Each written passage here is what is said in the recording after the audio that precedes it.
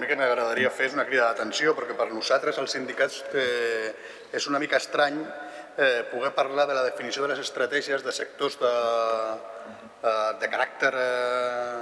de les noves tecnologies, perquè normalment no són convidats a aquest tipus de reflexions, i que per aquest sentit agrair-lo en una part, però també fer una crida d'atenció perquè no sigui només estiguem convidats als espais declaratius, però després no a la capacitat de poder intervenir. Sembla que els treballadors i les treballadores només podrem tenir la capacitat de definir les conseqüències que puguem plantejar-se al voltant de decisions que puguin tenir, evidentment, efectes a la pèrdua de l'ocupació o de les condicions de treball, però no podem participar de la capacitat activa de la definició de les estratègies, el que hi és són importants per al mercat laboral també d'aquest país. Dit aquesta crida d'atenció, nosaltres volem plantejar que és molt important la capacitat de poder entomar un compromís de manteniment del mobile amb l'àmbit de la Fira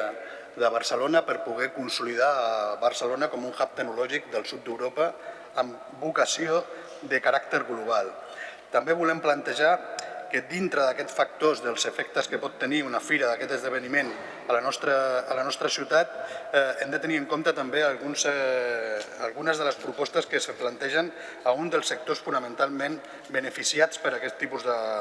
d'esdeveniments, com és el turisme. I l'Organització Mundial del Turisme ens planteja molt clarament quins són els 10 factors de sostenibilitat per poder promoure un turisme de qualitat en l'àmbit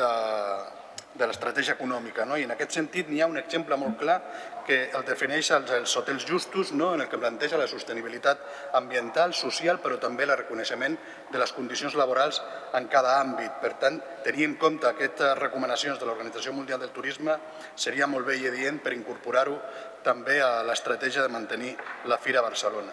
Si consolidem a Barcelona com un hub tecnològic, nosaltres hem d'intentar apostar perquè aquesta referència